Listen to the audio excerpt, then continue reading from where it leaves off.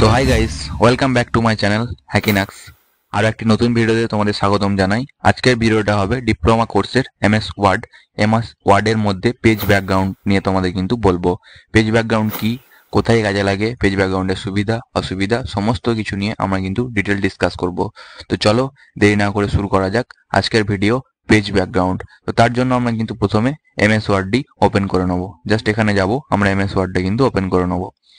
MS word open করে নেওয়ার পর আমরা জাস্ট একটা ব্ল্যাঙ্ক ডকুমেন্ট নিয়ে নিয়েছি। ব্ল্যাঙ্ক ডকুমেন্ট নিয়ে নেওয়ার পর আমরা কিন্তু এই পেজ ব্যাকগ্রাউন্ড কাকে বলে ফার্স্টে জানবো। পেজ ব্যাকগ্রাউন্ড মানে হচ্ছে যে মিডলে যে অংশটা আছে, যে হোয়াইট পেজটা, যেখানে আমরা সব কাজ করতে পারি, এটার নাম কিন্তু পেজ ব্যাকগ্রাউন্ড। তো পেজ ব্যাকগ্রাউন্ড মানে হচ্ছে এই ব্যাকগ্রাউন্ডের উপর আমরা বিভিন্ন কালার দিতে পারি, বিভিন্ন ছবি দিতে পারি, বিভিন্ন ওয়াটারমার্ক দিতে পারি। এই সমস্ত কাজগুলো কিন্তু আজকে আমরা দেখবো।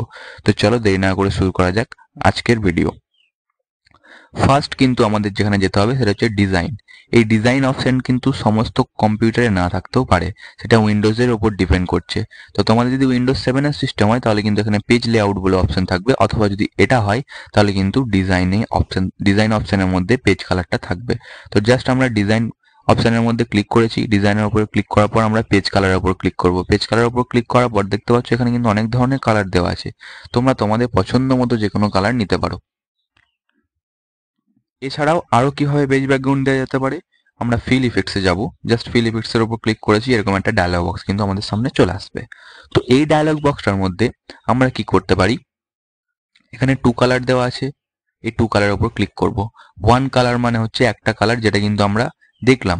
2 কালার মানে দুটো কালার মিক্সড করতে পারি। আমরা এখানে দুটো কালার নিচ্ছি, সাপোজ গ্রিন, দেন এটা নিলাম।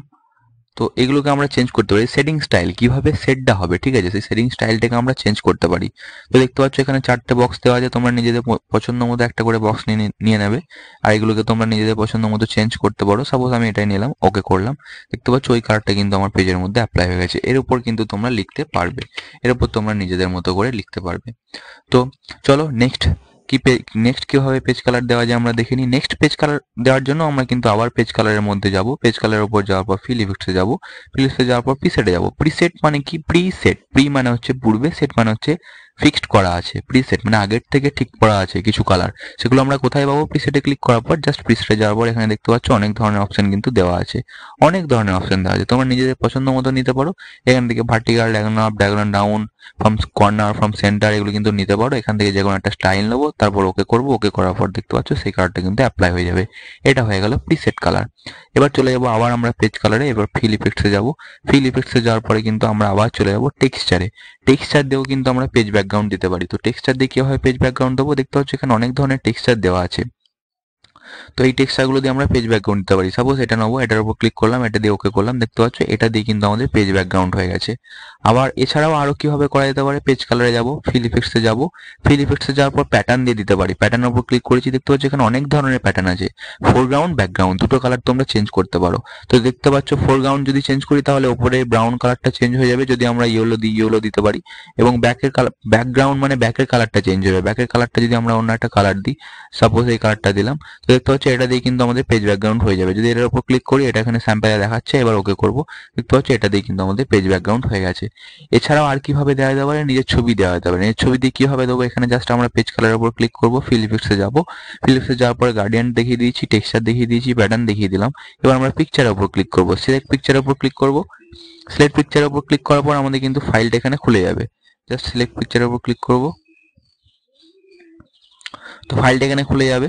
তো বিশেষ কারণবশত আমি কিন্তু ফাইলটি দেখাতে পারবো না তোমাদের, কারণ ফাইলটা এখানে খুলে যাবে। এবং এখানে ছবি সিলেক্ট করে আমরা সেই ছবিটার উপর ক্লিক করার পর আমরা জাস্ট যদি এখানে ওকে ক্লিক করি, ওকে ক্লিক করার পর কিন্তু আমাদের সেই ছবিটা এর উপর ব্যাকগ্রাউন্ড অ্যাপ্লাই হয়ে যাবে। জাস্ট এগুলো ছিল পেজ ব্যাকগ্রাউন্ড। এবার এই পেজ ব্যাকগ্রাউন্ড যদি রিমুভ করতে হয়, যে কোনো পেজ ব্যাকগ্রাউন্ড যদি রিমুভ করতে হয় কিভাবে করবো, তো পেজ ব্যাকগ্রাউন্ড রিমুভ করার জন্য জাস্ট আমরা পেজ কালারের উপর আবার ক্লিক করবো। পেজ কালারের উপর ক্লিক করার পর আমরা এটাকে নো কালার করে দেবো, তাহলে কিন্তু পেজ ব্যাকগ্রাউন্ডটা ডিসেবল হয়ে যাবে। এছাড়াও আর কিভাবে পেজ ব্যাকগ্রাউন্ড দেওয়া যায়, ওয়াটারমার্ক দিয়ে পেজ ব্যাকগ্রাউন্ড দেওয়া যায়। এই যে ওয়াটারমার্ক দিয়ে কিন্তু আমরা পেজ ব্যাকগ্রাউন্ড দিতে পারি।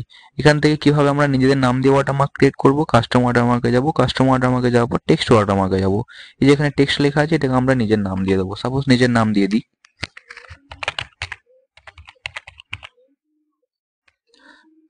এখানে আমার চ্যানেলের নামটা আমি দিলাম। এখান থেকে সাইজটা আমরা ছোট বড় করতে পারি, কালার চেঞ্জ করতে পারি, লেআউট চেঞ্জ করতে পারি। এগুলোকে তোমরা নিজেদের পছন্দ মতো করে সেট করে নেওয়ার পর জাস্ট ওকেতে ক্লিক করবে, তাহলে কিন্তু এইটা দিয়ে ওয়াটারমার্ক তৈরি হয়ে যাবে। ওয়াটারমার্কও কিন্তু পেজ ব্যাকগ্রাউন্ড হিসেবে ব্যবহৃত হয়ে থাকে। তো এই ছিল আজকের ভিডিওটি ভালো লাগে থাকলে লাইক, কমেন্ট এবং শেয়ার। চ্যানেলে নতুন হয়ে থাকলে আমার চ্যানেলটি অবশ্যই সাবস্ক্রাইব করে দিও, যাতে আমি এরকম পরবর্তীকালে ভিডিও আনার সাথে সাথে তোমাদের কাছে পৌঁছে যাই। Thank you for watching.